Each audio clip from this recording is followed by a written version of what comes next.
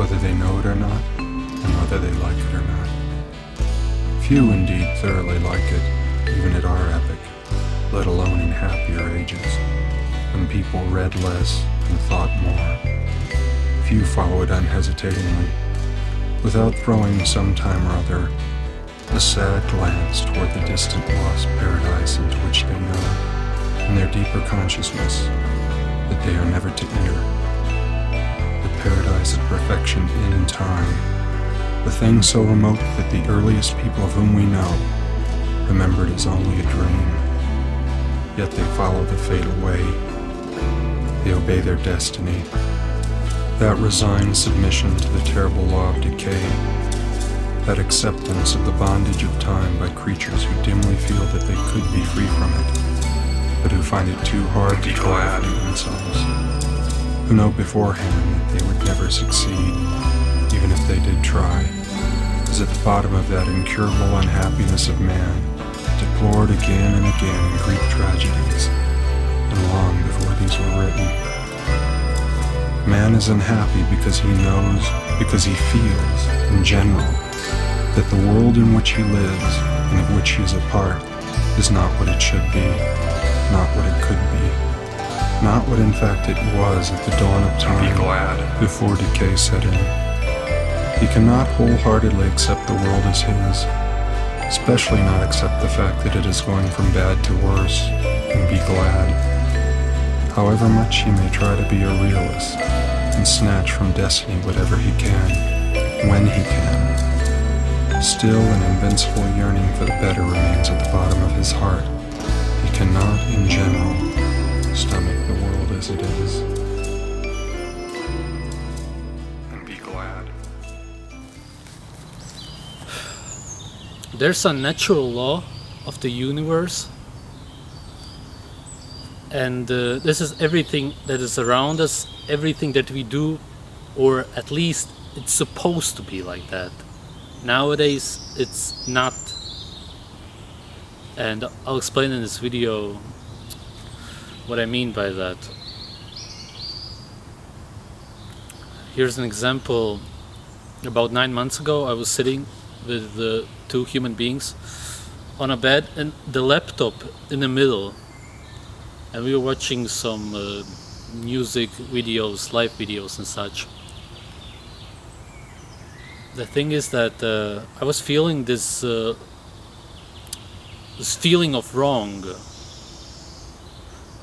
I was sensing something, but I didn't fully understand what it was. Now, months later, I do understand it.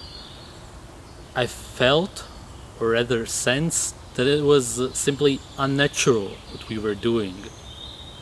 The thing about computers and such is, and with all of this technology, it's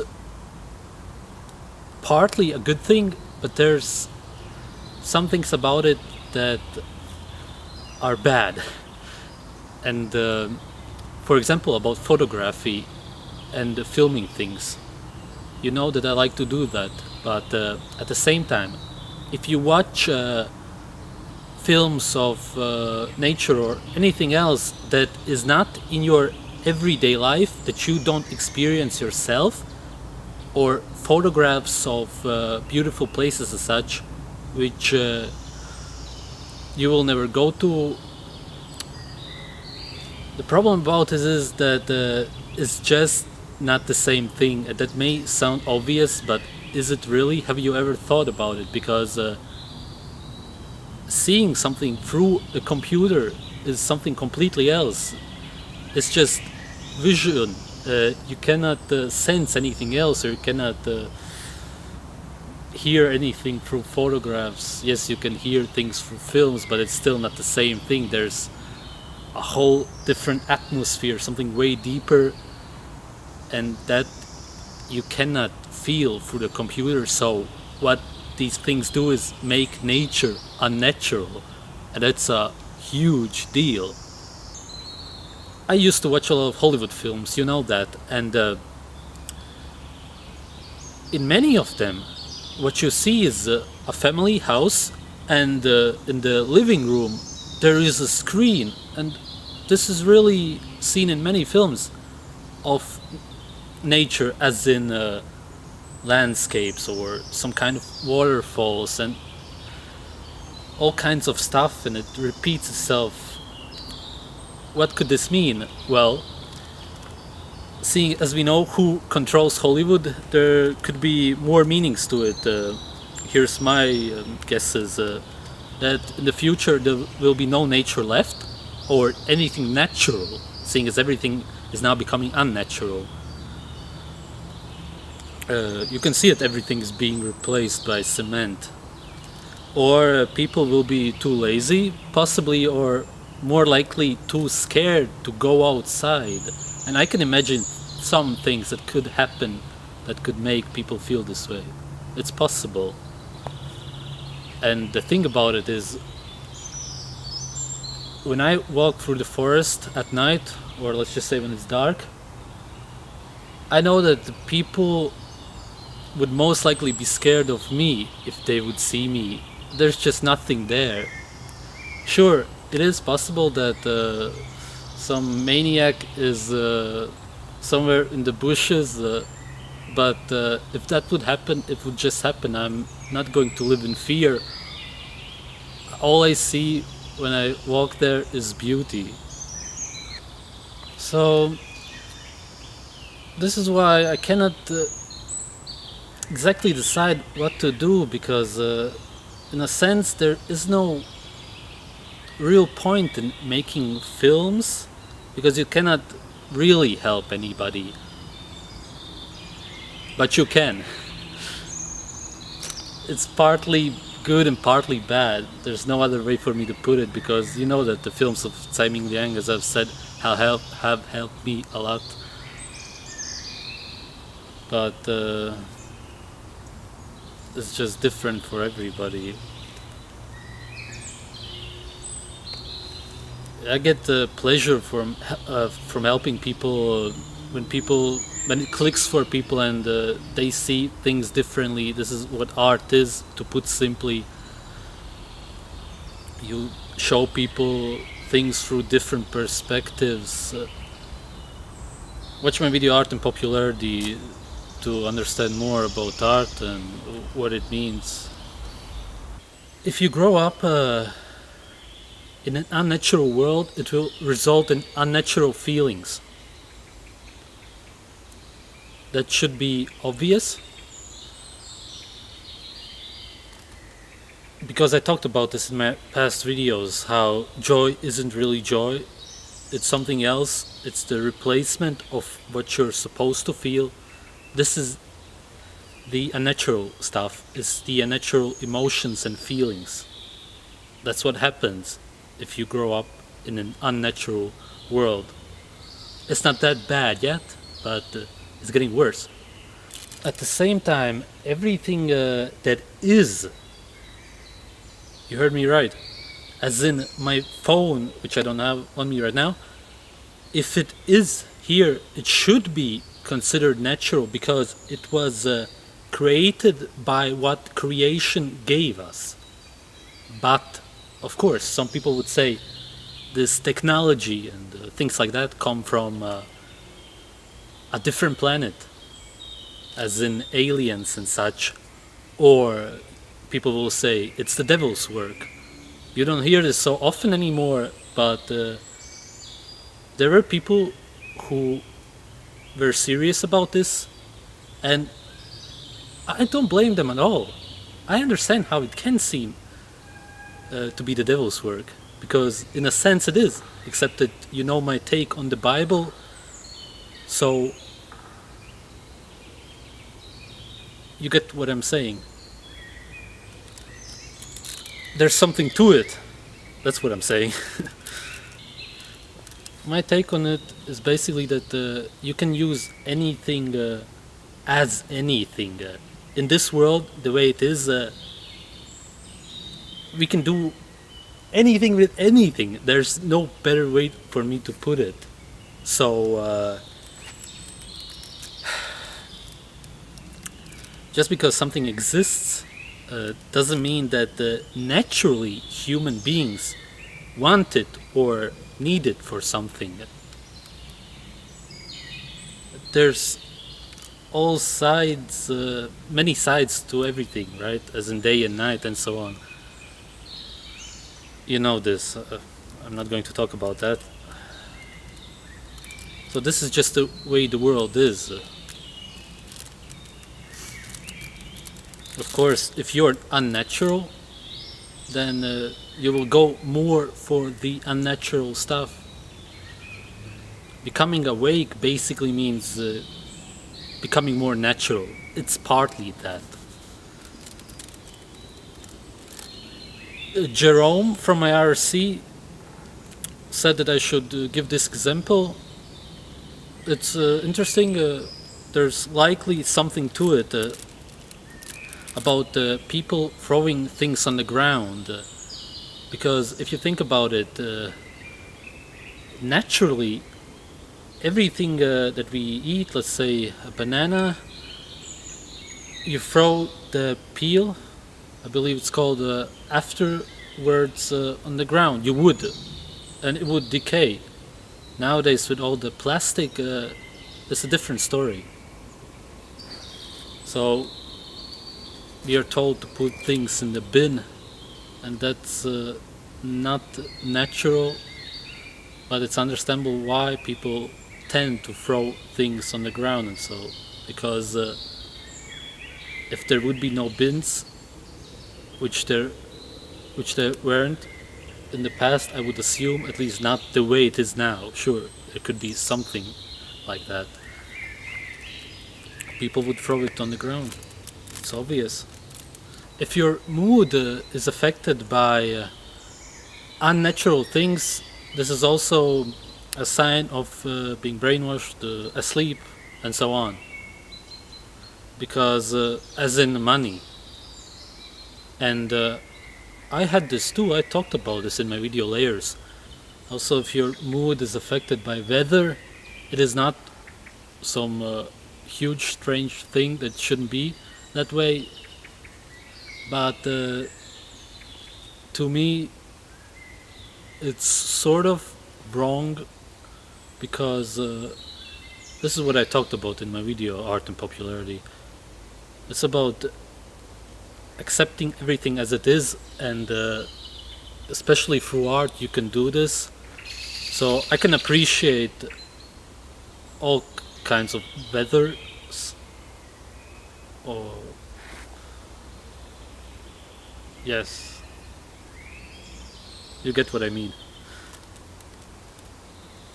Nowadays, when I sometimes go for very long walks, 8 hours or longer, or something like that, I really enjoy it. But let's say 2 years ago, a bit longer, I wouldn't have even seen the point in doing it, because that's just how I was. If you would have asked me if I want to, I would have asked why, what's the point? And I was, some months ago, I looked at some pictures of myself, and there was this really beautiful sky, pink, reddish, yellow behind me.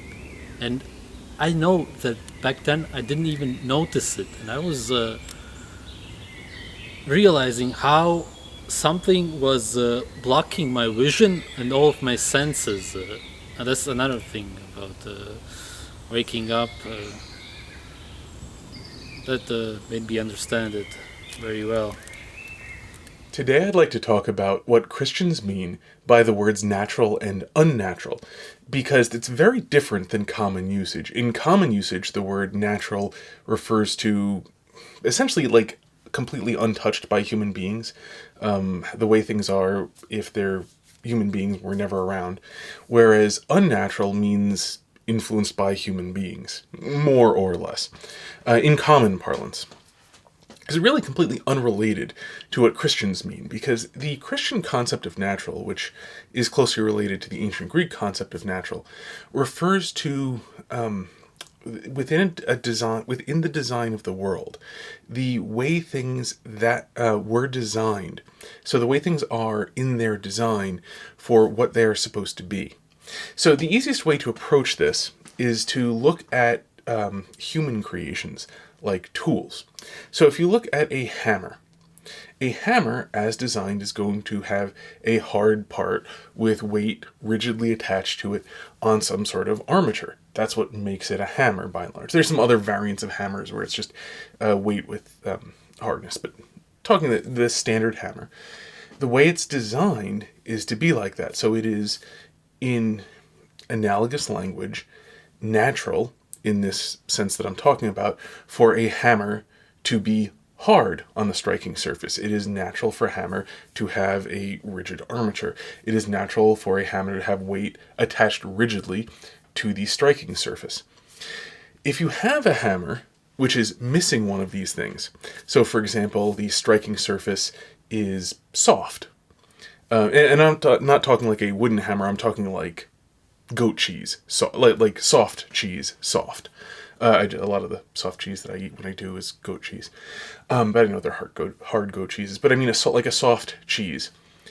That's unnatural for the hammer because that's not how it should be. And if one were to do another thing, for example, that involves the concept of deterioration, so it gets a little bit closer, would be if the hammer were to badly rust, so that the striking surface was no longer hard, but now being a patchwork of ferrous oxide would be very, very brittle. And when you strike with it, instead of transmitting all of the force in a very inelastic way, it would now crumble and would not transmit the force very well. In the sense I'm talking about of natural, it would be unnatural for the hammerhead to be made of ferrous oxide, rust. In a similar way, if the hammer were to, for example, have a thin striking surface and nothing behind it, like if you were to cut off the hammerhead and take just a thin millimeter-sized slice of the hammer and put it on the handle, again, this would be unnatural to the handle in the sense that I am talking about, because that is not what the hammer was designed to be. It is not a hammer in the manner that its creator made it to be. And what happened here is, in this degenerate form, and we're getting here what unnatural means, in the degenerate form that I talked about, so you take the slice off, you cut off the head, and you glue it onto the handle. This would cease to be useful as a hammer. It would no longer be able to hammer nails in. It would have no weight behind the striking surface. If you made that thin enough, the striking surface wouldn't even be hard anymore. This is, again, by analogy, what is meant by unnatural. That is to say, it is no longer according to what it was made to be. So if you were to turn a hammer, for example, into a crowbar, so you were to take the hammer, say a claw hammer, right, and you were to heat it up, bend it so that it was now longer and flat, and then let it cool, it would now sort of be useful as a crowbar. It would no longer be a hammer. You couldn't really use it as a hammer, and as such you will have deformed it from being a hammer. But the other thing is you won't have turned it into a very good crowbar. Now, the metaphor breaks down horribly because you could, of course, just remelt the entire thing and recast it, or reforge it even better, as a crowbar, in which case you could actually turn the thing into a viable crowbar. That's where the metaphor breaks down, because you can't do that with human beings. So when we talk about natural and unnatural, the concepts described in the hammer do come through into what is meant by natural and unnatural within a Christian framework. Natural, when a Christian is talking about what is natural, refers to how a human being was designed by God. Now, unnatural, before I proceed to fallen, unnatural refers to varying from that. Anything which varies from how the human being was designed to be is unnatural in that sense, because it is not nature. Nature being how things were created. Now, the thing is, nature is not static. There is not one moment of creation And then nothing changed since then. In fact, creation has been unfolding for quite a long time. So, we come to the problem of a thing can be created to be good, to have a particular nature, but it is then capable of degenerating. This is where we get the concept of sin, and this is where we get the concept of fallenness. We live in not a perfect world, nor an evil world, but a fallen world. A fallen world is a world that is still, in a sense, at its core good, was made to be good and has not completely lost that, but which has been damaged, which has degenerated, which is only partially natural, partially what it is supposed to be. So, when you look at the concept of fallenness, this resolves a lot of the problems that tend to not make sense within the sort of secular worldview that can either approve of something completely or disapprove of it entirely, but that's it. In fact, there are quite a lot of things in this world where you have to sort of approve of them, but not all of them. And that's really, really hard to do if you can only think of something as good or only think of something as evil. Or, still worse, heaven help you, think of things in terms of shades of gray, by which you mean basically that you just stop thinking about them entirely and then pick one of those two to act like it is, without having to justify it. I'm very, very cynical about the phrase shades of gray. There is a slightly less awful meaning of shades of gray, by the way, which is analogous to stippling in computers if you're familiar with it. But the basic thing is, if you were to take a checkerboard of black and white, it looks like there are patches of black and patches of white. If you go far enough away, you can't tell the individual patches from each other, and so they average out, and instead of being white or black, it looks kind of gray. So when people talk about shades of gray, some people do actually mean that it's not that things are good or, things are both good and evil simultaneously, essentially violating the law of logic, but that you're not looking at them closely enough, and as such you're averaging together things that are different from each other, and so misunderstanding them. And so when people talk about shades of gray, some people, I don't think many, but I'm not sure about the exact numbers, actually mean that what you have to do is look closer to get clarity on an issue, because taking something that is an admixture of both good parts and bad parts and treating it as one thing produces very inaccurate results. Okay. Do I load the phrase shades of gray? Anyhow, so the thing about the fallen world is that it gives you both at once the ability to recognize what is good in things, especially when it comes to their potential, incidentally, and to distinguish what is bad in them, but to distinguish what is bad in them as not being essential to them. Because this is, again, where you get this problem of you get the good person versus bad person distinction, that a good person does good things and a bad person does bad things, and they're two completely different sorts of people, whereas in fact human beings are fallen. We do many good things, we are oriented towards the good, but we also all fail to greater and lesser extents. We don't all do good things. So we don't do only good things, and we don't do all the good things that we should in fact do, and so on. So what you have is the concept of fallenness, therefore, enables you to look at a person who is doing something wrong. And this is where the concept of separating the sin from the sinner comes from. Because if they are good but fallen, they have imperfections. But the thing is, the imperfections are not part of them. The imperfections are something that is making them less themselves. So, take the example of, say, a traitor. You can see this all over the place in movies.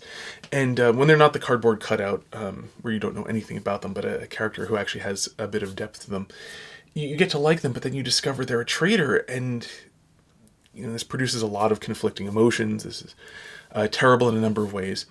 And so the conflict is resolved in understanding that the person in himself is good. The person was meant to be loyal, to be faithful. The person is capable of being loyal and being faithful.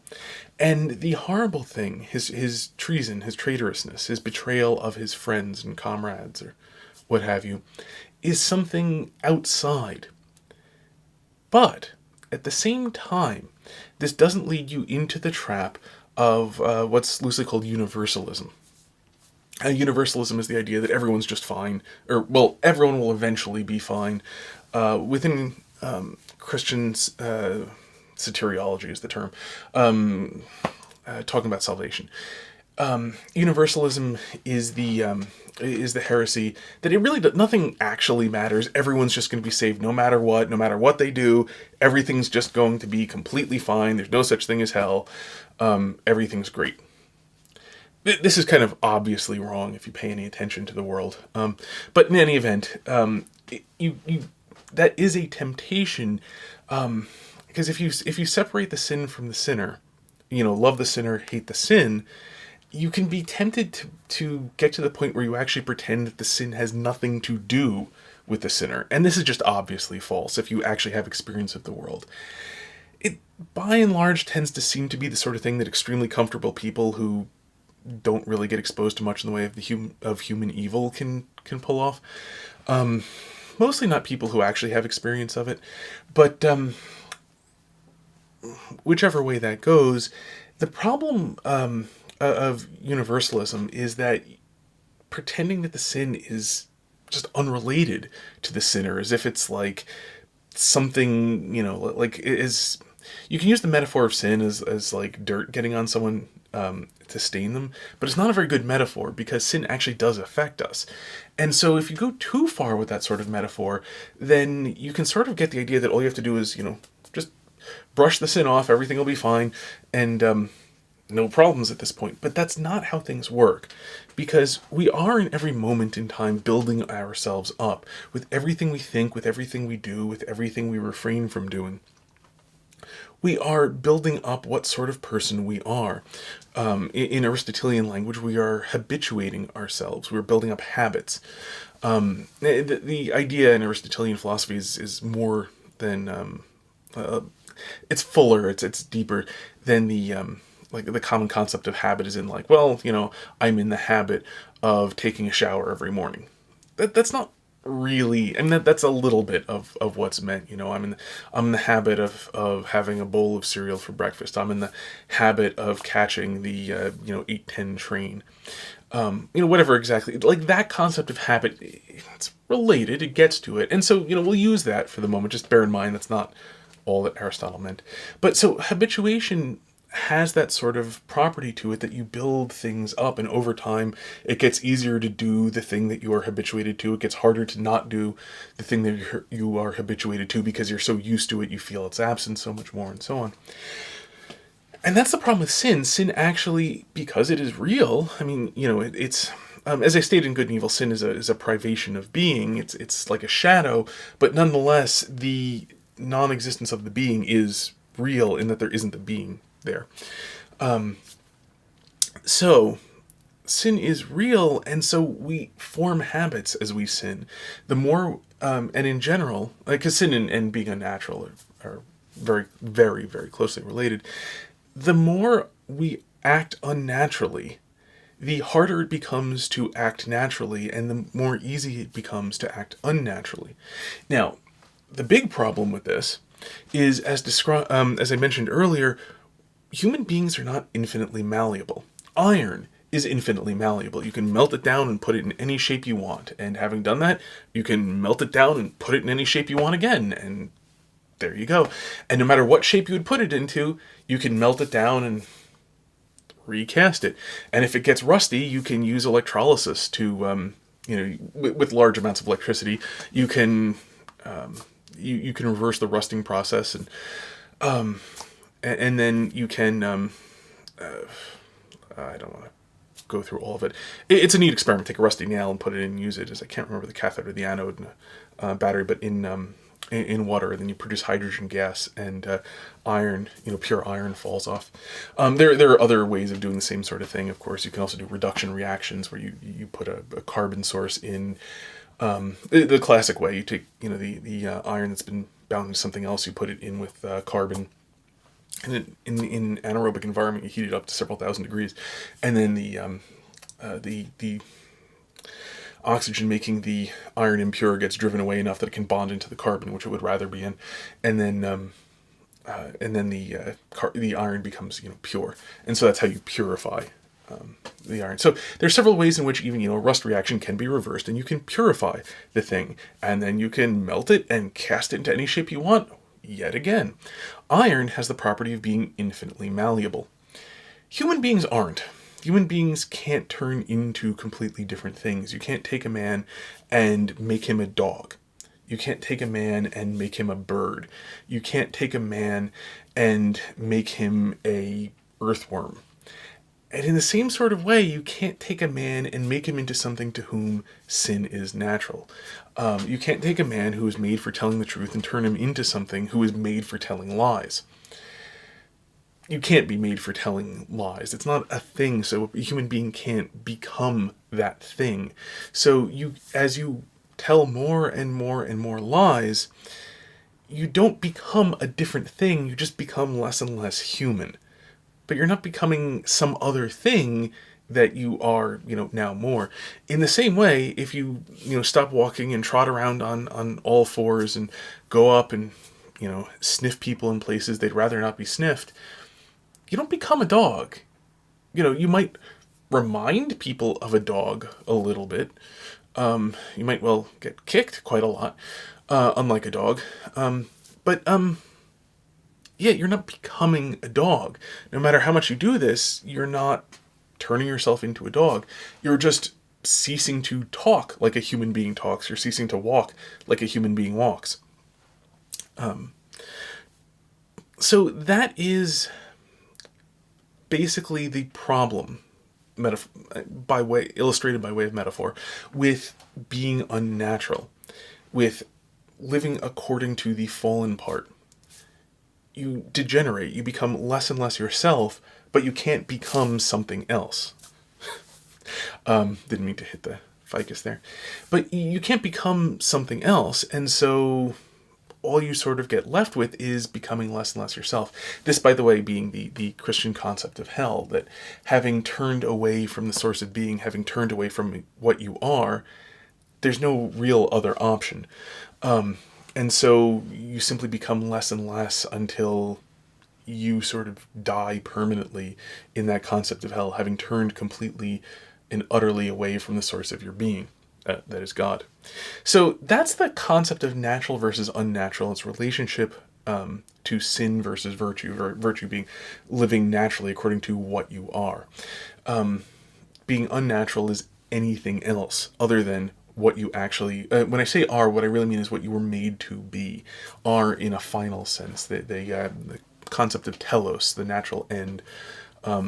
The aim, the goal for which you were made, the thing you are supposed to become since you are building yourself up through time.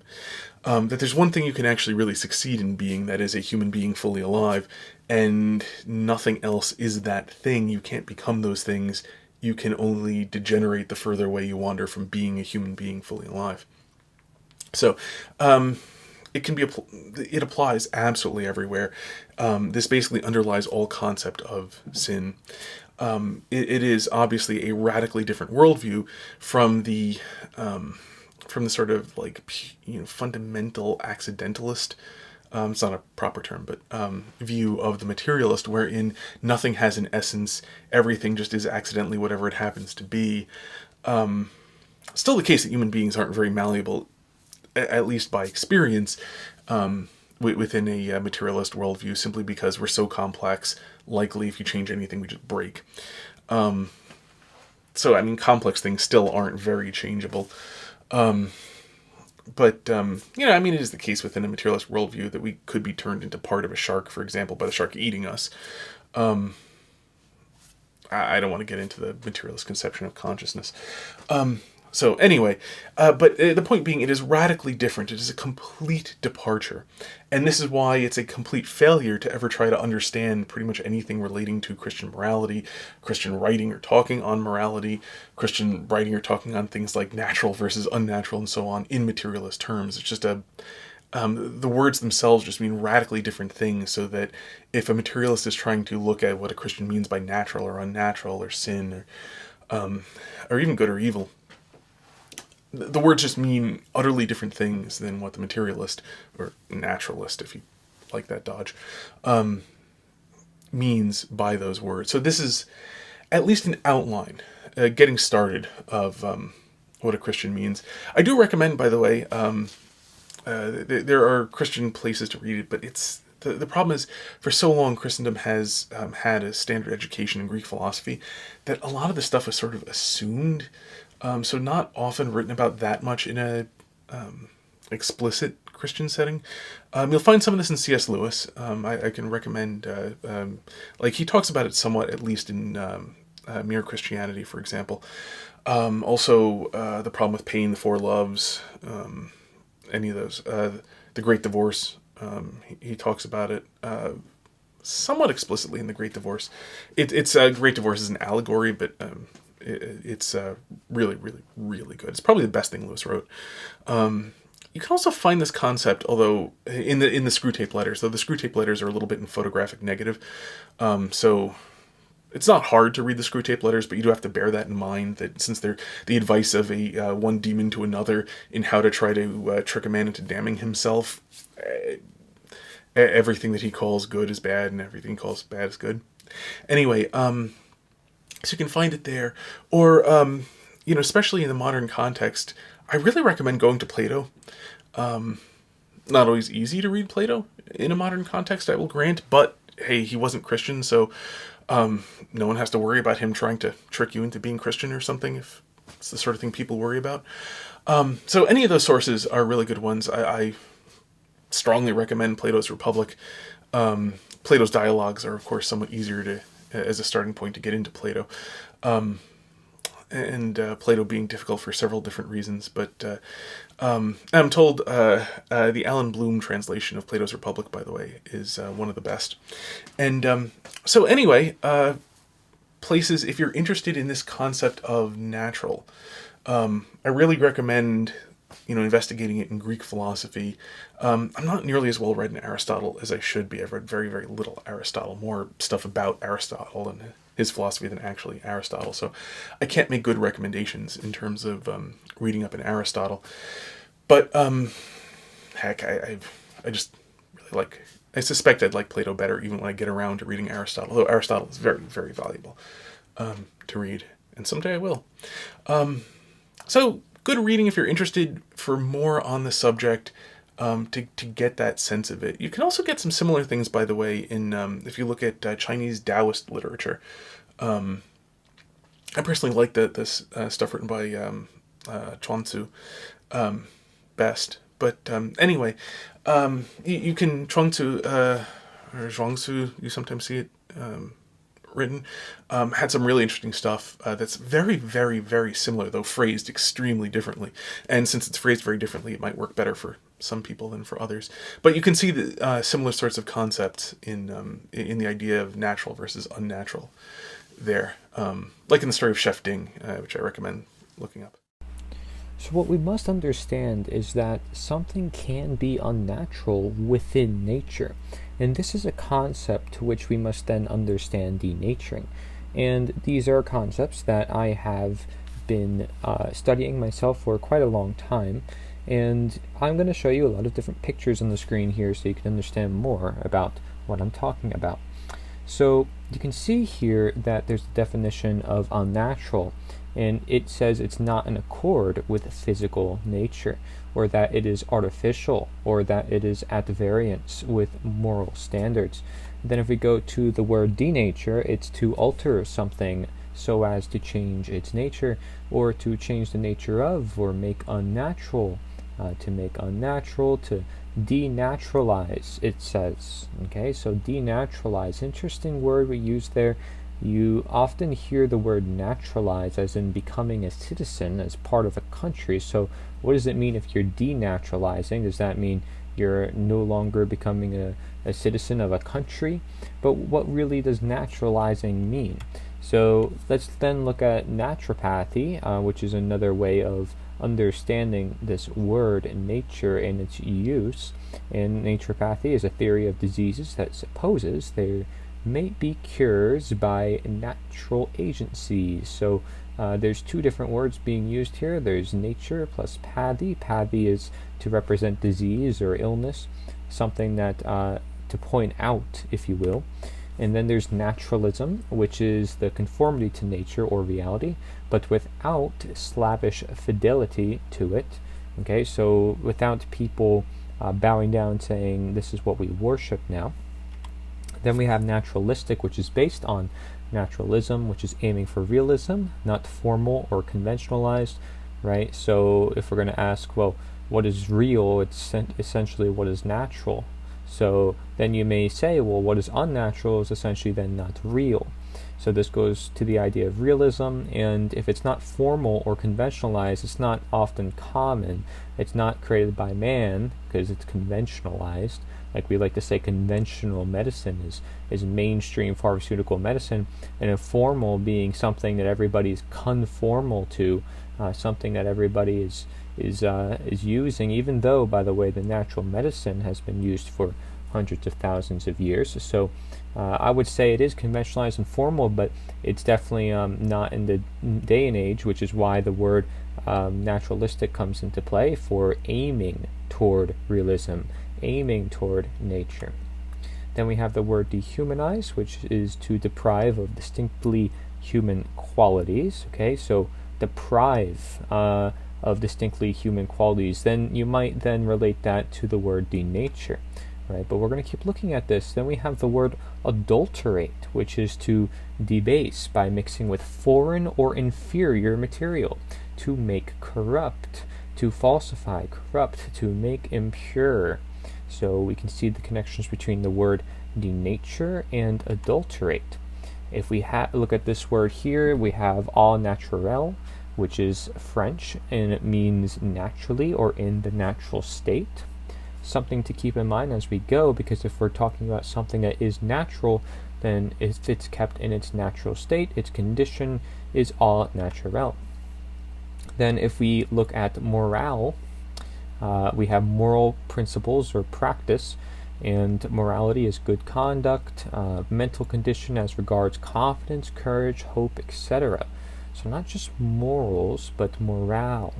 And morale is that idea of courage toward the morality, or what I like to say, multiplicative expression for positive expression in natural law. We have courage for love. So it goes hand in hand, and it also says temperament. Now, the reason why I mention morale or morals as part of this is because we understand that within nature there's something called natural law, and at the heart of it is understanding morality. So there's something to keep in mind. And going to the word govern, because this will all tie in, don't worry, we're gonna tie this all into one graph at the end here. We have the word govern, and we see it actually says to guide. So you have to question who is seeking to govern people but isn't necessarily guiding, and therefore not fitting the definition necessarily, right? Or they're not following the righteous, or using their power for good, if you will. They're not choosing that path, right? So naturopathy, what path are you choosing? That's why there's allopathy and naturopathy.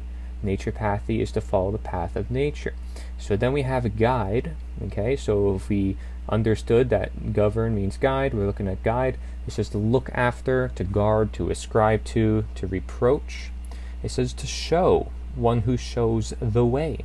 We know that the Tao Te Ching is also called the way of nature, or just simply the way, and it's to understand leadership for the most part. So if we're wondering, where does real, true leadership come from, perhaps it is in guiding, as it says by its own very definitions, to really just point out something that's there, not to even tell someone what to do, but to guard what is here. So therefore not to offend nature and be God or be nature, but to defend nature and understand nature, to then look after or ascribe or reproach. So you're not introducing something new. You're going based on what is already here to essentially assist, right? To emphasize. Now, if we look at the word teach, it is to show, to point out, to declare, to demonstrate, to give instruction, train, assign, direct, right? Very similar to what we've been hearing, right? With guidance. And then, isn't that interesting? We can bring govern all the way back down to teach, And it really, again, you see the same words to show, to point out, to declare, right? We say there's a Declaration of Independence, to demonstrate is something I've talked about, where I talk about representation, demonstration, presentation. And that also gives way to that instruction, right? That training, to assign. This tells someone what to do by way of teaching. So then it says here, if you look at the definition of doctor, because if we understand that naturopathy is also a doctorate, okay, it goes toward your medical exams and so forth. A doctor in Latin actually means teacher. And again, what we see here is to show, to teach, or cause to know. So, it says, hence teacher, again, multiple times here. And it's just very interesting how these words work. So we went from govern to doctor to teacher. Is it a coincidence? These are some very powerful and very influential fields that are going on in the world today. Then we have medicine, right? Because doctors are using medicine. So what does medicine mean? Well, medicine is of a doctor, it says, but it says to take appropriate measures. You have to question if doctors are taking the most appropriate measures. And it says the study of curing, alleviating, or preventing disease in humans. Now you may ask, you say, what's the point of going over this? Well, the point of going over this is because if I said everything's within nature, the good and the bad, it's about understanding all of that then to then understand disease, right? And if you understand there's something really bad in the world that is affecting humans, then we can prevent, then we can treat, we could diagnose, make a more appropriate measures, like it says. We understand the right type of medicine. Okay, so that is what we are doing when we look deeper into this. Then if we look at the word heal, because that's very related to this, it says to save, to make whole, to save. Okay, so whether you're saving a life or saving the body in many different conditions, or maybe we want to look at the world, right, and not just the body, because that's what we're doing here with this video, looking at the world, what is natural and what is unnatural within the world. Well, to see something as natural within the world, well, everything in nature is part of one great whole. So to heal the world, we should probably understand nature, right? Because it is part of this whole, it is the whole. And so to save nature, if nature is under attack, if you will, if unnatural forces are within or taking its dominance, right, its manifestation, which we'll see as I go on here, perhaps we need to look at that whole and realize then the route to that manifestation and crowd out that manifestation with the right manifestation, or essentially heal the current condition of the world, to make whole again. Because something that is innately whole, such as nature, can feel incomplete and can be incomplete when it's not supposed to. So to make whole, if your body's already a whole system, if one part is not working, you can say it is not working its intended nature. Does that make it unnatural? No, it still happened, but it was perhaps denatured because now it's not working as it used to, or as it's intended to, as its original or its reality, right, going back to realism, what it's supposed to do. So to heal is to bring it back to that state, to again defend, to emphasize what is already here, to then make whole. Make whole is health, to heal, to save. And so saving the world is to then look at the whole picture and then treat the whole and not just symptoms or part of it. If we look at the word healing, we see the word restoration. Is that a coincidence? It's restoration. If we're talking about something that is unnatural, it insinuates that something must become natural. So then we see the word cure, and that comes from the word care. Isn't that interesting? Because we call it health care in the world, right? When we're talking about health. Now you see perhaps why I'm connecting so many of the medicine terms here, but cure can actually stand for care as it is in its definition. It says care, concern, or trouble. And so you have to question then again, how many people actually care? Do doctors even care when they help somebody and help them with their body and treating the whole? Do they care to look at the whole, look at the world and not just the body and seek to heal the world? Because it is possible, just as anything is within nature. Okay, it is not unnatural to want to heal the world if the world is in a bad state, and you can tell that it is denaturing. So then we see also the word defend again. Okay, so defending, guiding, teaching, caring, these are all concepts that most individuals would say, yes, these are pretty darn important. So let's keep that going in society. So do we care? Do we have concern? Because if we care, then we will likely heal, right? If I care about my body, I will then care to heal it. You must care first if you want to do anything. So to then treat is to negotiate, to bargain or deal with. So isn't that interesting? Again, we saw the word cure, we saw the word heal, now we see the word treat, and that is to essentially do a deal with whether it is yourself or other forces. You're working with all of them, and it says to pull or to draw. So you have to question, what energy are you attracting? As you see, the word tract is there as well. What energies, what forces are you attracting? Do you understand natural law, for example? And natural law is the law of attraction, right? Does that attract to you as something of interest because it deals with morality and these concepts, so that way you can better navigate your own life? Or that way you may better understand the world around you, being that their laws all innate within, right? Part of that whole, which is necessary for health. So if we negotiate with healing, so we're treating and we hope to heal with treating, right? Then we are seeking the whole. We are becoming more whole. See, you can treat with something good or bad. That is up to you, ultimately, right? The healer, the physician, you, yourself, your own body, nature itself. All these are physicians, and they all are meant to work together. So it's all negotiations.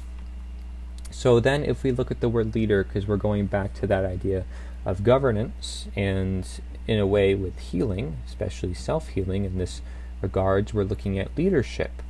So if you seek to lead others within your life, and you seek to lead yourself, to which is your responsibility as a human being, there is also the word guide. You have to guide yourself, right, into the right directions. Not something that you just jump into, but something you guide, and something other people help guide. And it's all a guiding process. The world guides you into different scenarios, doesn't necessarily jump you into different scenarios, right? It guides you into those scenarios over time, depending, of course, on what we're looking at. And it says also writing or statement meant to begin a discussion or debate. So a leader is somebody who causes controversy, or something that does create critical thinking, something that does go against the current norms. And another connection that can be seen here is going back to the word naturalistic, where if a leader is working with nature, they are aiming for realism, they are not formal or conventionalized, they're seeking to just open minds and therefore innovate, because innovation by definition is also, seeking outside the box and thinking outside the box to then do something that hasn't been done before. In other words, if you keep doing what you keep doing, or to keep getting what you keep getting, they realize that pattern in nature, and they seek to go about in changing the world based on that knowledge as power. Now, it makes sense then, looking at the word morale and leader as well. Morale is moral principles or practice. What we know as principles are those things that are first, those things that are foremost, and leader is one who leads, one first or most prominent. So those make sense here. If the leader is working with morale, somebody who's inspiring, somebody who seeks to bring the knowledge to the space. Now, I'll also have other forms of these definitions on the screen for you there, but now I want you to also look at this cycle diagram, if you will, to look at, and it says all within nature. It is nature versus denature. We must understand this difference, not necessarily nature versus what is unnatural, but to understand what is denaturing, so that it does contribute the unnatural. So that way, when we understand what does contribute to the unnatural, we can stop it in its tracks, because something is not inherently unnatural as it is still natural. So therefore, it could only be denaturing to a more unnatural state, to which can be sometimes determined perhaps as, say, unnatural, but we can get into the semantics, and as you've seen into this video, understanding unnatural can mean just something that is just not in accord, something that is not of its original or intended state. So denaturing then is that process of transition from something that is natural to something that is unnatural. So in this diagram, you can see there's arrows going from natural to denaturing to unnatural. And before we look at that, I want you to also then look at the top middle of this diagram, and you'll see that you are at the center of the universe here. The whole universe doesn't revolve around you, but the point of you being in the middle of this diagram, which I'm just calling universe just because this is all of nature, I'm saying that you are surrounded by the world, right? You decide what actions to take. So you are in the middle here because you can either choose the path of denaturing or the path of naturalizing. And so you can see there's an arrow connecting denaturing and naturalize. And so again, going back to the idea of naturalization, perhaps there is a true naturalization, and that is which is making us more natural, right? If you had to choose a word that was the opposite of denaturing, well, we understand that denature, by its definition, is also denaturalize. So the opposite of denature is either nature or naturalize. So the real word here for bringing us to nature would then be the process of naturalization, but not necessarily, not at all actually, the naturalization of becoming a citizen part of a country, because that has nothing to do here with nature. Okay, that may be the nature of where you live, but is that really where you live in nature? No, it is not. And hence why we also went a little bit into what governance is by its own very definition, which we know, again, is to guide. So we have the question, what is a guiding force and what is not a guiding force? What is rather a authoritative source? And we're going to cover this all because this is all within this diagram. So you are in the middle here, and the world is on both sides. These are to represent extreme conditions, or conditions, if you will, of the world in manifestation. In other words, if the world is in a more natural manifestation or a more unnatural manifestation. In other words, if the world is in a more positive manifestation or a more negative manifestation. I can automatically say that that of which is of the natural manifestation is positive, because under natural law, positive expression works in alignment with natural law, and what we say by in alignment is that it works in harmony, works accordingly. Okay? And as we know, what is unnatural is not in accord with nature. Okay? So that means that what is unnatural is working for what may be considered man's law, or negative expression, that is what is based in fear. Whereas for natural is that of which is based in love. So you can already see sort of where I'm going with this. But let's start one by one now. So if you start here on the left, we have natural. Natural can mean birth, it can mean natural law, it can mean natural health, it can mean the natural order, natural life, a natural state, or just the source, right? The source, the God, if you will. That can be considered what is natural. By many different definitions, of course, I have them on the screen for you. Now, we have an arrow from natural going to denaturing. We're going to ignore that little bubble under that arrow for now, okay? But we're going to look at denaturing right now. And denaturing says that it's with denatured. So what does that mean? It means that denaturing happens when something is denatured. Or in other words, denaturing happens with a denatured element. Okay, so something had to be already previously denatured, or something that is an evil energy, if you will, to feed off of in order for denaturing to occur. So it is denaturing with what is denatured. And it could be seen, of course, either or. That's for interpretation. What this is meant to represent is something that is corrupt, something that is of falsity, something that is to degrade, to weaken. And then we see the word adulterate. I have the word adult in capital there because if we look back at the word natural, we have birth. And we see that, right? We see nature represents creation, birth, inherent conditions. So isn't that interesting? You can sort of make the connection that once we are born into this universe, we are these pure, amazing human beings. And we become denatured through time, if you will, to say that we weaken. If we don't get stronger, of course, we can weaken over time and become more of an adult as to make more corrupt or make impure. That's not to say it's necessarily a bad thing. Adulterate can simply mean change, right?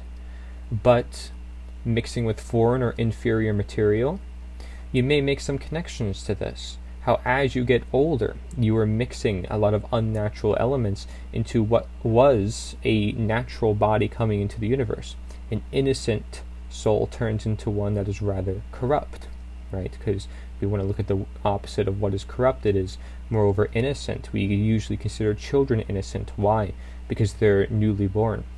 They're closer to God, some would say, right? So to adulterate is to come out of what is birth. That's not to say denaturing is natural, but again, it's still within nature. So is it natural?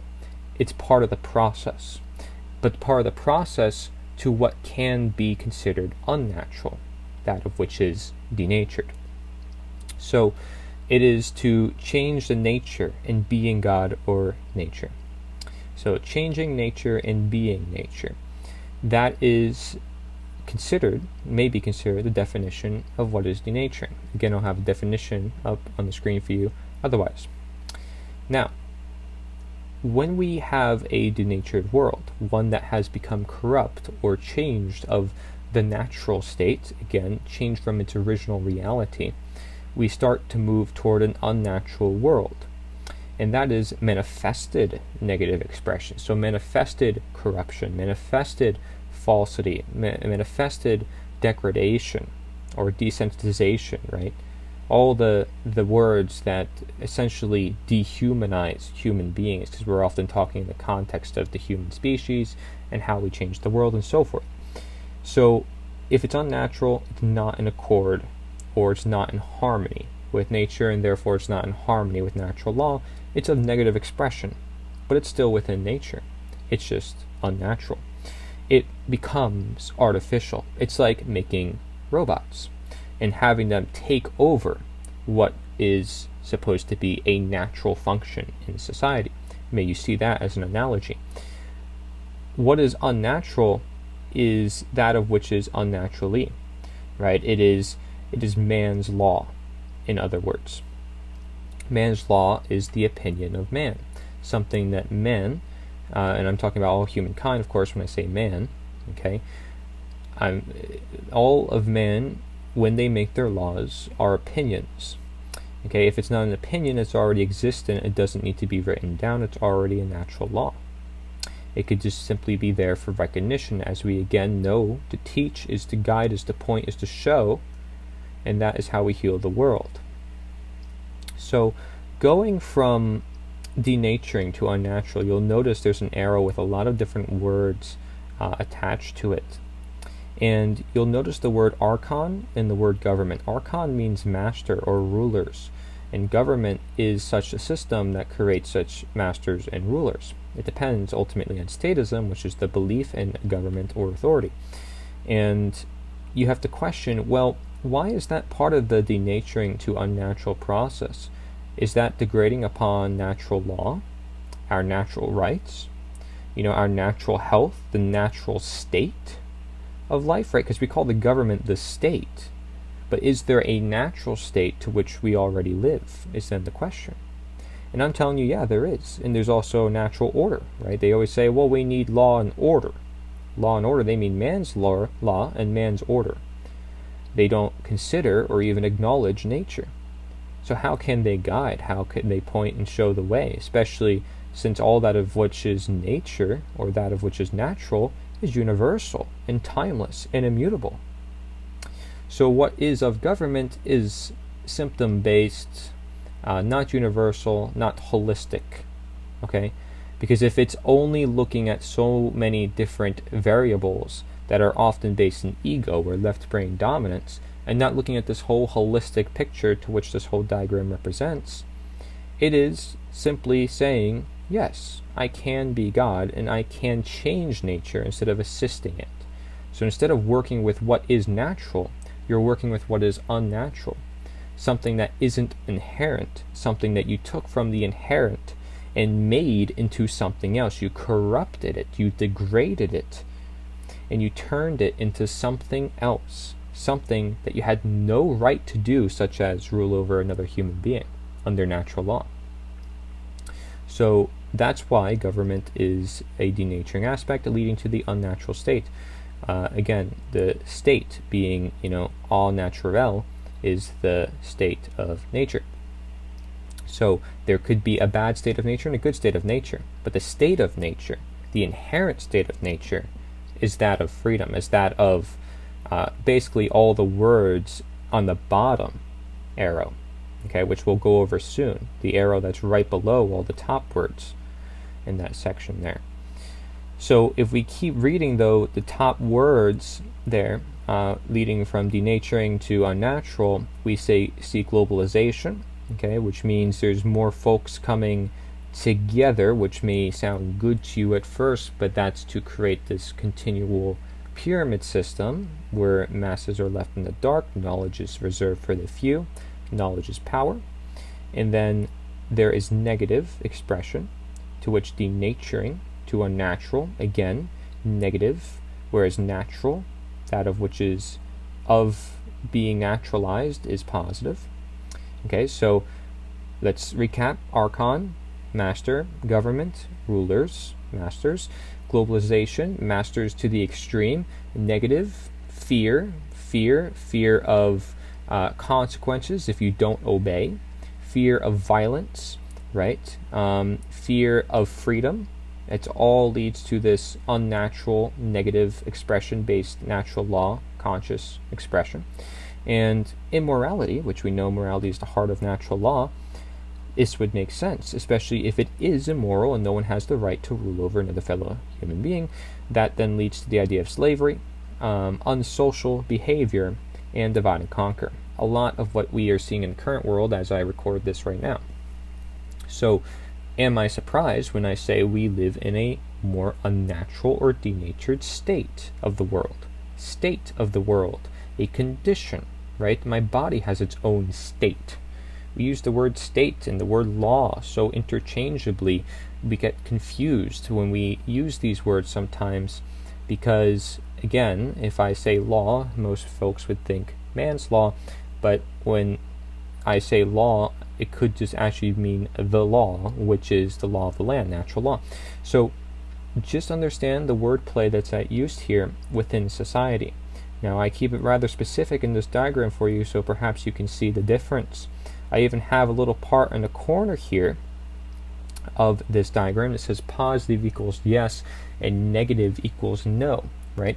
When you can also say negative is also what's wrong and positive is what is right. And so positive is also what is correct. And so if we understand that yes and no are part of natural law abidance, both yes and no, it's to say yes to that of which is natural and no to which is that of which is unnatural, we are expressing our conscience, which is to decide right and wrong behavior objectively and differently as they are in nature, and we are not following man's law innately because we have a conscience and we are deciding for ourselves what is right and wrong.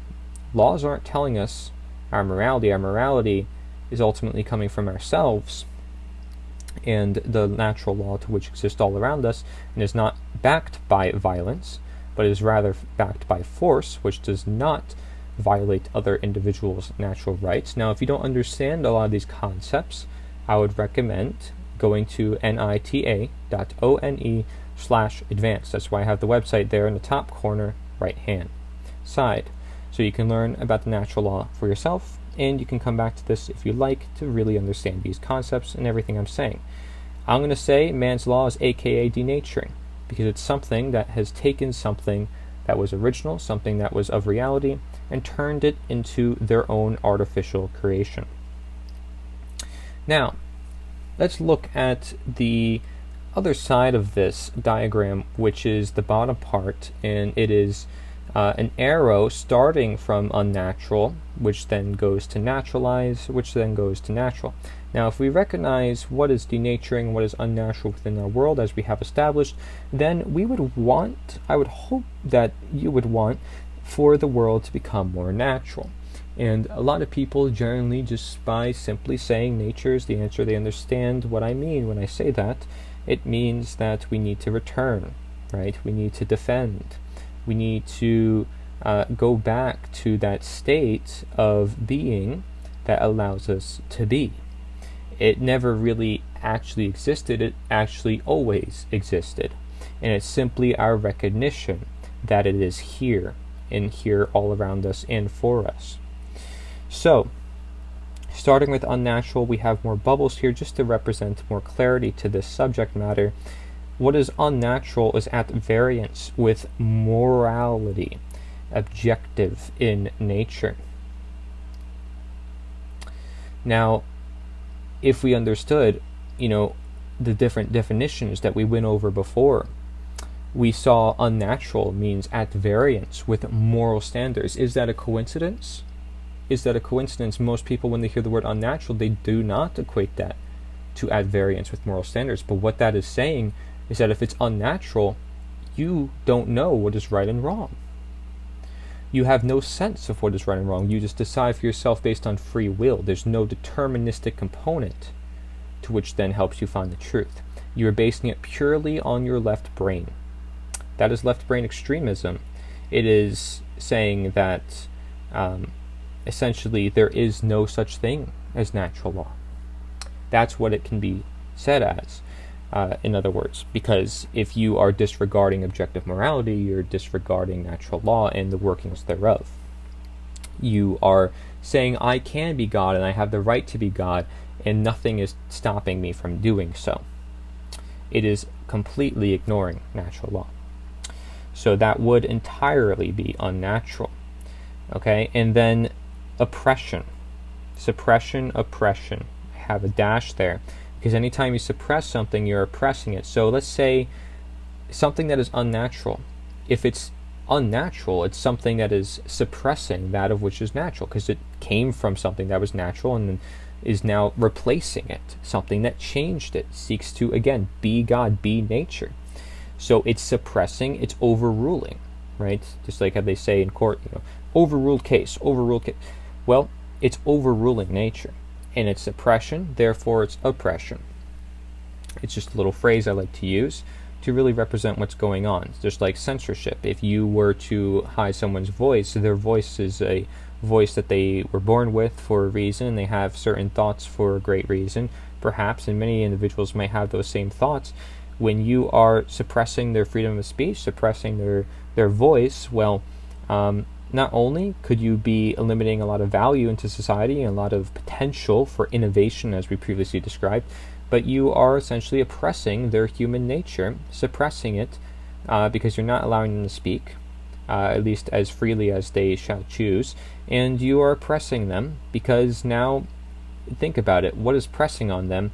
Your corporatocracy, your technocracy of saying this is what you can and cannot say, this is what we don't want, okay, by opinion, I don't want this. But it actually is oppressing that individual because you're suppressing them. You're suppressing their being, and now they feel hurt. They perhaps worked years on their on their social medias and they got censored. This is just an example, that we see in the modern day and age. People getting censored. They're being oppressed. And they're being suppressed. Therefore oppressed. So if we then understand that unnatural law is then man's law, it is illusion. It is illusion, or again, if you want to add a dash to that, illusion delusion. Something that is taken out of its original context. So people want to get into these long semantic debates about what is unnatural. It's simply that of which is an illusion. Something that isn't actually real. Again, going back to the idea of realism. Now, what is to naturalize, right? So we go from unnatural to naturalize, so we can return back to nature, come back to nature, go back to what is natural.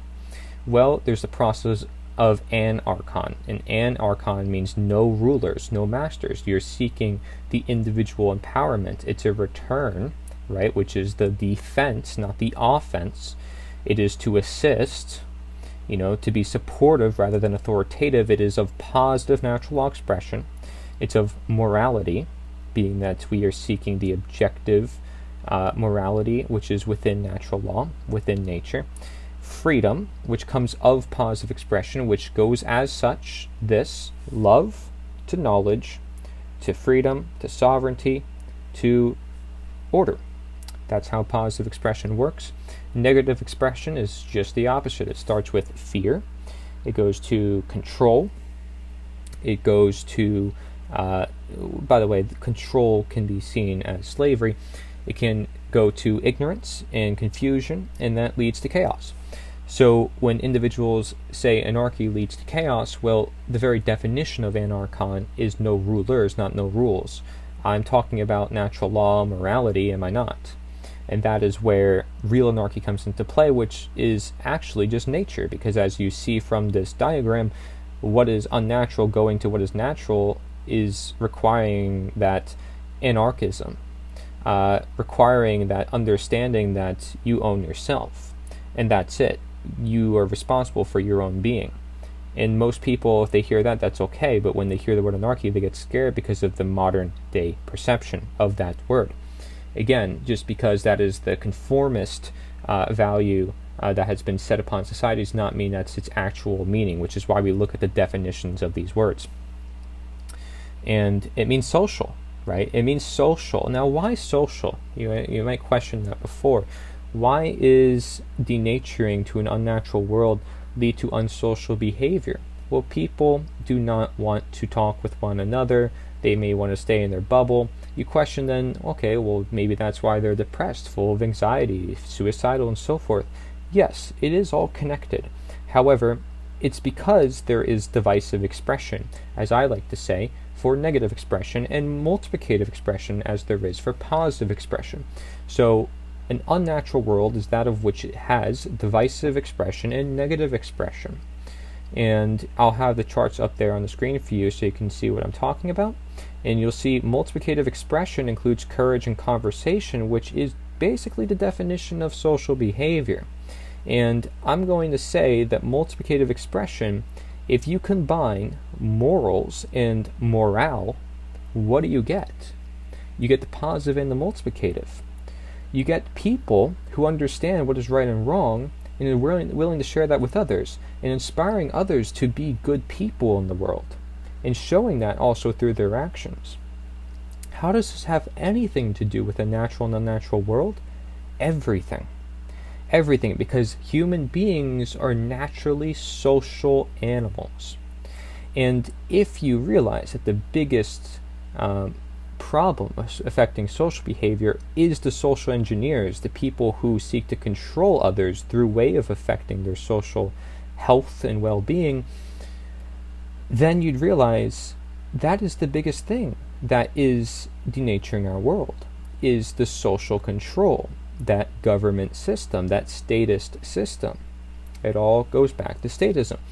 And I'm not kidding when I say that, because you are completely disregarding natural law when you think somebody has the right to rule over your life and property. Only you own your life and property. It is totally possible to live in a world of nature. You already do. You already do. There's not much different except the fact that these beings that claim to rule over you will not have as much power and positioning to inflict harm upon others. Democide would not be a thing. War would not be a thing to identify. Is this world truly possible? It is, and that's why I've been covering it for so long, and why I said I've been covering it for so long. So, if we are to go from unnatural to naturalize, what does that mean? It means preserving. It means naturopathy, right? So, first of all, working with nature and protecting nature, and instead of replacing it and using it, we are working with it. We are harmonizing with it. Essentially, we are loving it, right? We say love is the answer. Again, no coincidence, love is positive expression. You can't tell me any of this is wrong when there's so many coincidences, and then I show you the definitions and everything lines up. Then there's also, part of naturalization is naturalism. Then we have all natural, which again is the state of nature. We have morality, which again is the heart of natural law. And this is to ultimately establish living in nature on earth as your government. It's to realize who truly rules over you. You own yourself. That's the true ruler of you. Okay, but what about nature, right? Nature helps you understand who you are. By understanding nature, you understand the world around you. You understand your actions. Essentially, nature rules you. And everybody is ruled by nature, whether they like it or not. Whereas with government, they can choose whether they want them to rule over them or not, and most people in governments have not consented to that control over their lives. They haven't.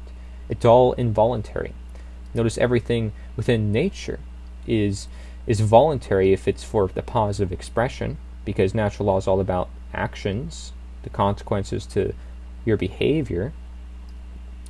So it is something to consider among this process. I know I went deeper with this than perhaps you expected if you were somebody just coming across this now and learning more about what is of natural and what is of nature, what is of unnatural, what is of the denatured. But this is what it comes down to.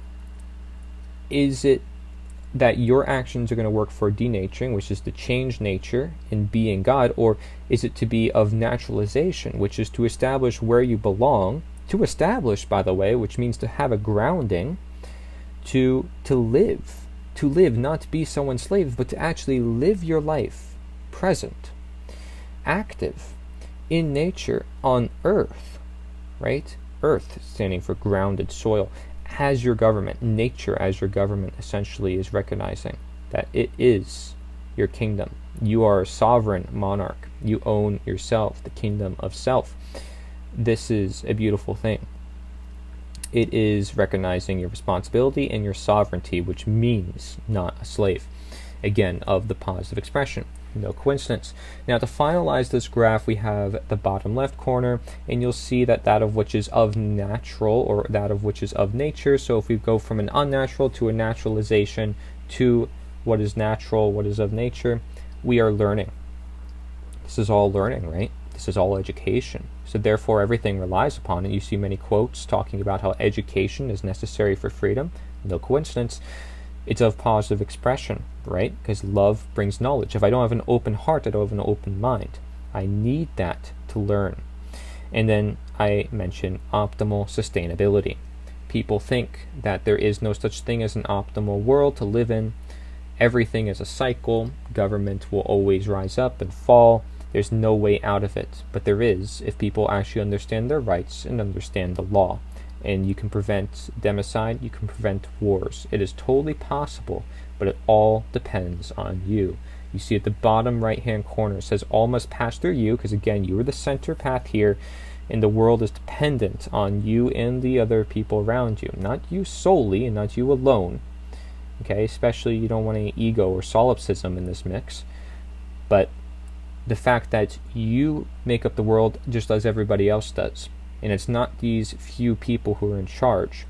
If you seek the world to become more of a natural state, it depends on everybody's actions and their beliefs. What they seek to do in the world, their attraction, if you will. So now that goes to the final thing that we haven't covered on here, which is what those little bubbles are next to those arrows that we see right next to natural. And those bubbles you see is act. There's a arrow pointing left, says yes, and then there's on the bottom side of that page you'll see there's act, and there's a arrow pointing to the right with the word no. Now what that means is to understand that when you are of nature, when you understand and you have naturalized yourself, you have understood that you are of nature, you understand your own rights, you understand that nature is here for you, that is your true God, that is your true kingdom, if you will, see it as you wish, then you realize, yes, I want to stay with nature. So that's why the arrow is pointing toward nature. Yes, that's my act, staying with nature. Now, why is there a no pointing toward the other side? Because you're saying, no, I will not participate in that system that is unnatural. I will not participate in the system that is denaturing people and that of which is denatured.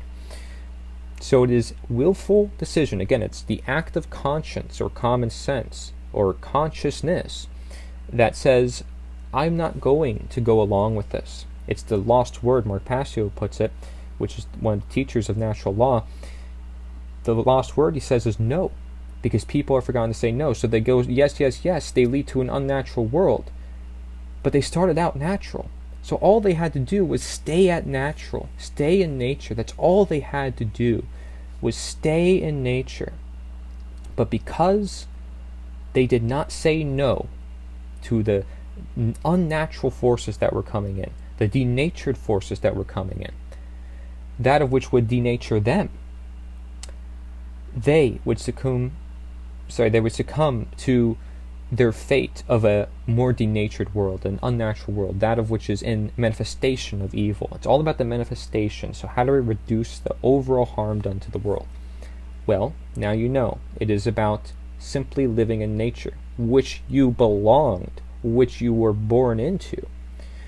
We got sidetracked, we got pushed into the school system, we got pushed into these systems that told us otherwise, and that we can become unnatural, and it would seem natural to us because that's all we knew since birth. But our birth, our world of inheritance around us, by observation and by learning law, health, order, life, state, birth, tells us that nature is the answer, and that denature is the question. You must question what is denatured in this world. You must question what is unnatural based on the knowledge that I presented here in this diagram. So that way you can lead yourself in this world as you ought to do. Because you are a child of nature, and you are a child at heart, regardless of your age. We are all the children of God, is like some people like to say, but regardless of that whole God speak, you don't have to say it like that. Again, it's just about understanding the principles, the premises, the fundamentals, the foundation, and that is nature. So nature is the answer. Thank you for listening. That's what NITA.1 stands for. Nature is the answer. NITA.ONE. Please feel free to check it out if you want more information upon this subject. I hope this really sums up everything about natural and unnatural. Again, they're both within this universe. They're both here for a reason. It's about understanding the distinctive differences between the two, just as we do with morality, and just as we do with law, just as we do with understanding different medicines, and so forth. It's all about understanding and therefore education, so we can make better decisions within our own life. So make the decision to perhaps drop statism out of your life if you want to be a truly moral person, and then help share the word. But don't take it from me. Learn for yourself. Thank you. This is Cory Endrulat. Nature is the answer. And again, you may say, well, everything changes in nature. Technically everything is unnatural, especially in today's world and so forth. But again, it's about what is in accordance to nature and what is not in accordance to nature. Because by definition, something that is denatured is something that is not in accord. So it's something that is not abiding to natural law, not abiding to the laws of the universe, not abiding to the blueprint of the universe, the energies that are natural. Okay, so it's not just change. Change as a whole is natural. It is a natural process. But what does it do for the world is the question. Something that is denatured is something that is going to create negative problems, something that is going to invert the world and the society into something that is not life, but that of which is evil, the opposite of live, by its own word usage. Live, if you look at the letters, L-I-V-E, is the opposite of evil, which is E-V-I-L. To conclude, here are some quotes so you can look over here, really tying in everything that we've been talking about. Hopefully you can make the connections and understand them based on the videos that you saw here in this whole compilation video. Now, to make the disclaimer for some folks who may be questioning as well, I do not have any moral high ground just because I understand objective morality within nature. If it's objective, it's already here and it's determined by law. It doesn't need me to go into effect, and it has nothing to do with me.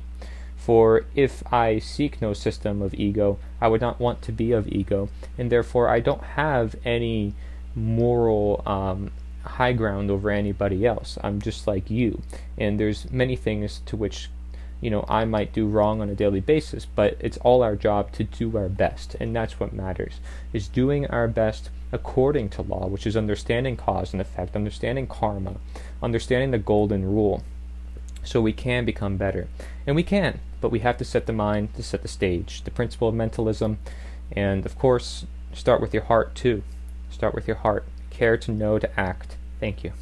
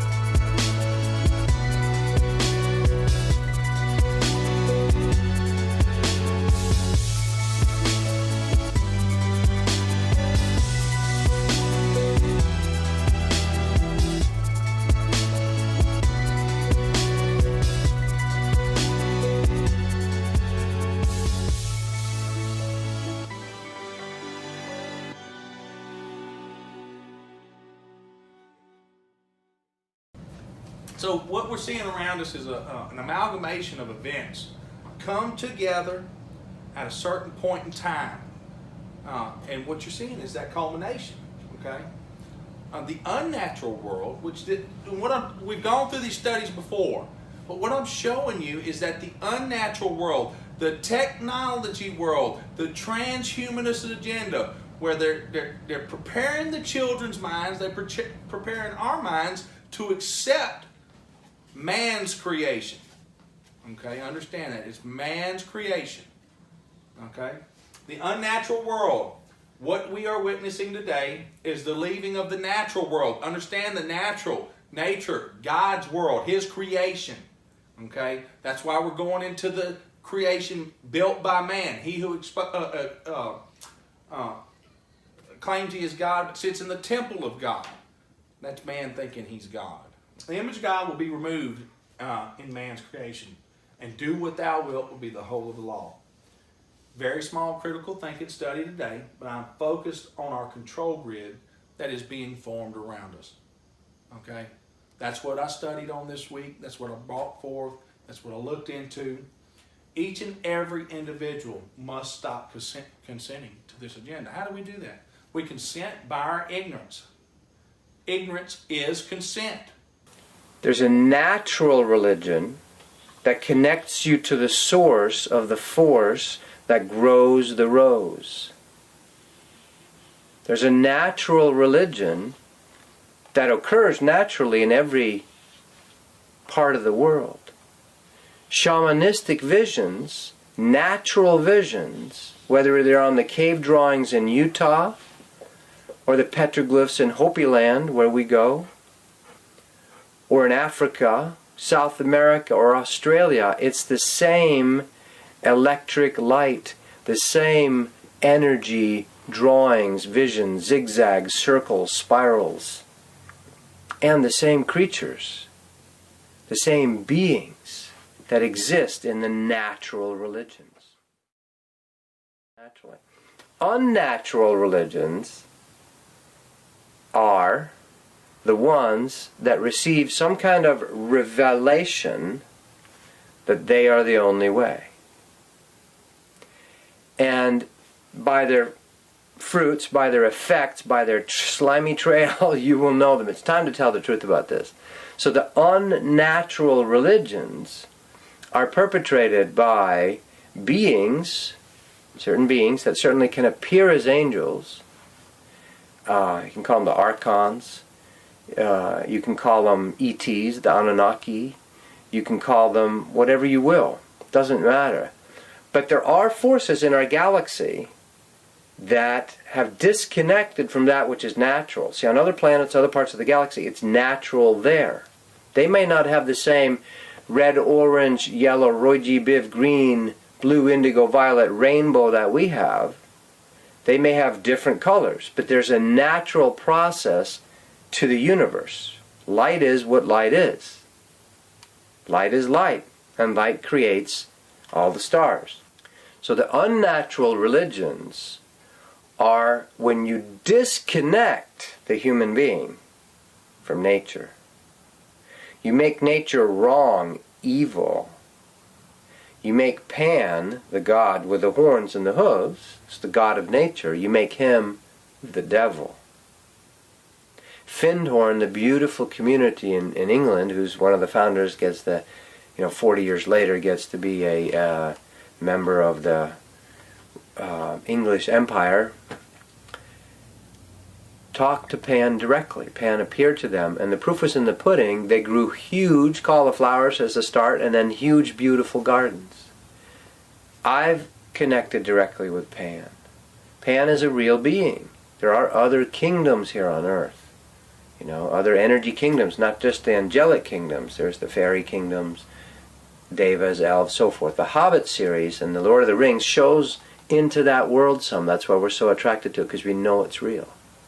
So there's a natural way, that's the way it is. The unnatural religions will tell you all that stuff is fake.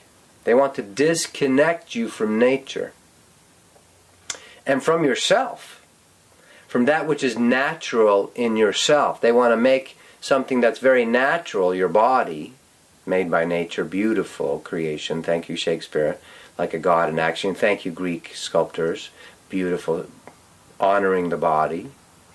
They want to make the body wrong and evil. The flesh is weak, it's horrible, God hates it, you need to beat yourself, you need to circumcise yourself. You know, you need to eat horrible and hate yourself so you end up really fat and have disgusting, gross diseases.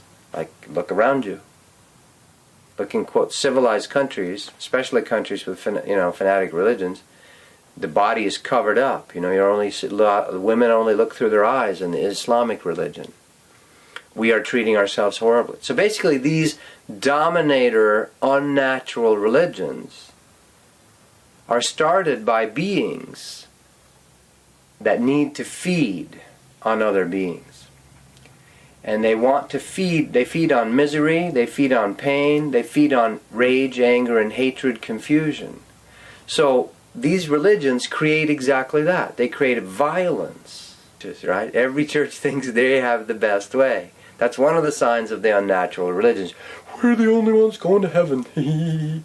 Because that satisfies a deep fear, a deep rage fear. You unplug people, you make them orphans, you pull them from the family of God that's in you, unplug you from that direct source. The kingdom of heaven is within, all teachers say, Jesus, etc., Krishna. Right? Not without. If you put your kingdom of heaven without, you're going to go without. So the natural religions don't proselytize. You don't see shamans going around going, you must come and do ayahuasca. That's not how it works. It's the rose. It's seductive in the sense of, here I'm sharing and you come and partake. I will share with you.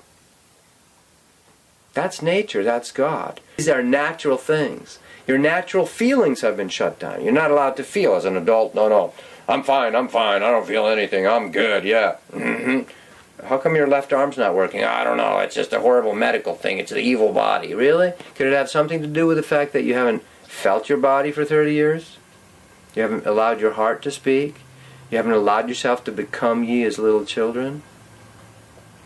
So natural versus unnatural religions. Watch this. The unnatural religions create war because these energies feed off, literally, it's a horrible thing, it may sound really far out to some of us, but the archons, these Anunnaki, the evil ETs if you will, or these demons, these energies, they like to feed on the human misery. Because when a baby cries in a plane, no one can relax, right? Emotions are very powerful. When a cat's in heat, right, nobody sleeps at night either. Very strong, the natural energy impulses. So they shut off your natural impulses, your natural emotions. So there's a feeding game. If you get millions of people killing each other in bloodbaths, you know there's like 27,000 miles of trenches dug in World War I? Horrible. 100 million people died, or whatever it was. These controlling energies, call them what you want, Anunnaki, archons, demons, devils, whatever. Reptilians. There's good and bad reptilians. I know I'm far out for some of you here. But it's a feeding energy. And these unnatural religions want to feed off of you. You're left drained. You're left with nothing.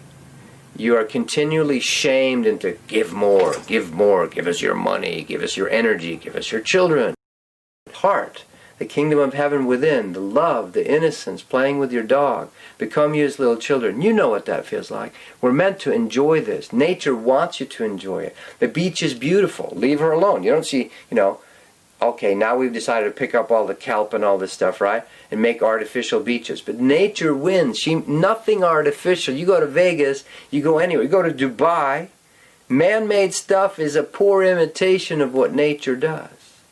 So that which is naturally in you, natural religions, natural reconnection versus unnatural. The unnatural religions will make you go out and get converts. They'll make you feel like shit. You're an original piece of shit. You're an original sinner. You need to make up for it. We are the only way to heaven.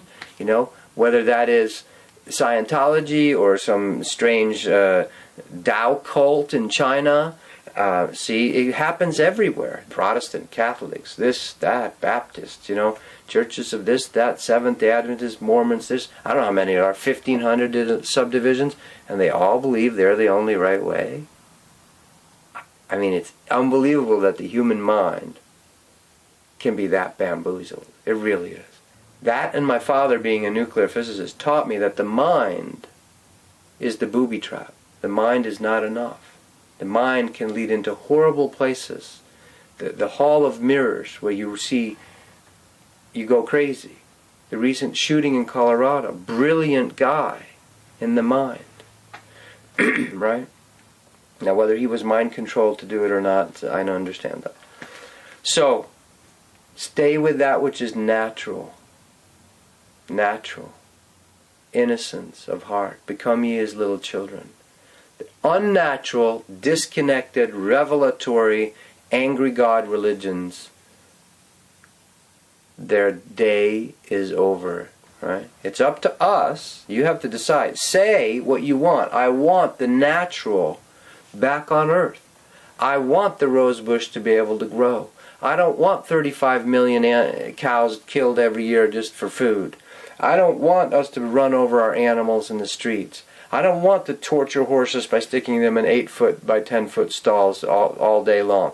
I don't want to capture killer whales and stick them in SeaWorld and, have them confined. Imagine if you had to live in a cell.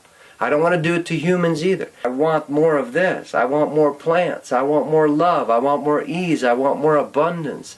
I want more easy gardening. Show me the easy way to allow earth to give me her bounty. I want to enjoy sex more. I want to appreciate myself more. I want more love. It's not going to be easy because these are deeply entrenched self-hatred, you suck, you're an original sinner programs. You're going to have to detox yourself. So start with a natural religion. Reconnect to something natural. Nature. Go out and be in nature. Your life expectancy, how long you will live, should not be dependent on essentially the resources you have accessible to you. We know that social class is the most important determinant of health above any other risk factor.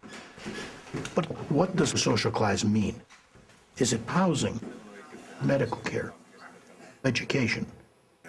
Or is it power, confidence, a sense of security? Which one of those is most important? Hopeless. They're all inextricably intertwined, can't take them apart, so it's really a challenge. But how do we carry social class in our bodies? How does it get under our skin?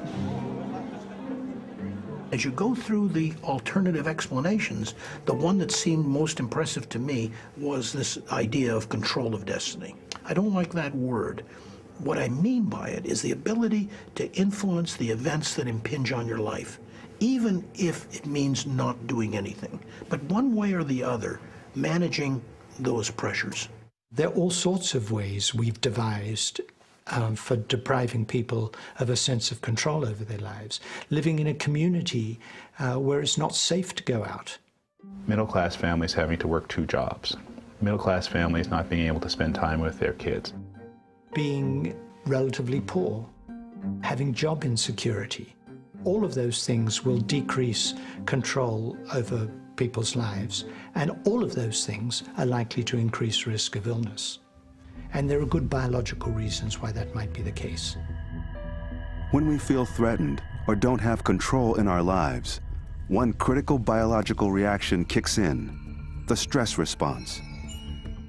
When the brain perceives a threat, it signals the adrenal glands to release potent stress hormones, among them cortisol. They flood your bloodstream with glucose, increase your heart rate, raise blood pressure. They put your body on alert. Cortisol improves memory, it enhances immune function, it helps you reestablish energy supplies. Mother Nature put all of this stuff in there to help us survive. Stress helps to motivate us. In our society today, everybody experiences stress. In fact, the person who has no stress is the person who's dead. A normal stress response spikes up when needed, then turns off. But what happens when pressures are relentless and you lack the power and resources to control them? When the stress response stays turned on for months or years? These systems begin to work overtime. We produce too much cortisol. Chronically, cortisol can impair immune function. It can actually inhibit memory and even cause areas of the brain to shrink. When you get prolonged activation of these stress pathways, they in turn affect heart rate variability, the ability to handle insulin and glucose, and those in turn we think increase risk of diabetes and heart disease. Because of the stresses and the wear and tear on the body's systems, it's reflected ultimately in higher rates of disease and accelerated aging.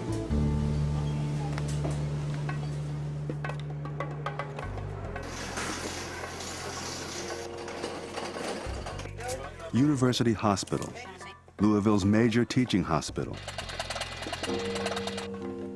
You'd expect to see the wear and tear of stress in the bodies of patients.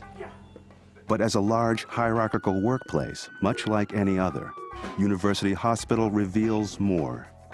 Stress is everywhere. The reason for that is because when these stress hormone levels go up, and if it stays up for days and weeks on end, those hormone levels literally interfere with the development of brain circuitry. They interfere with the development of the connections in the brain. So we begin to see in children who experience toxic stress long-term impacts of what's basically been chemically damaging to their brains. The concept here is the pile-up of risk, the cumulative burden of having things that are increasing your chances of having problems, as opposed to the cumulative protection of having things in your life that increase the likelihood that you're going to have better outcomes. The magnitude of the inequalities in health changes over time. It can get rapidly worse, and if it can get rapidly worse, it ought to be possible to make it rapidly better. Reducing health inequality is not impossible.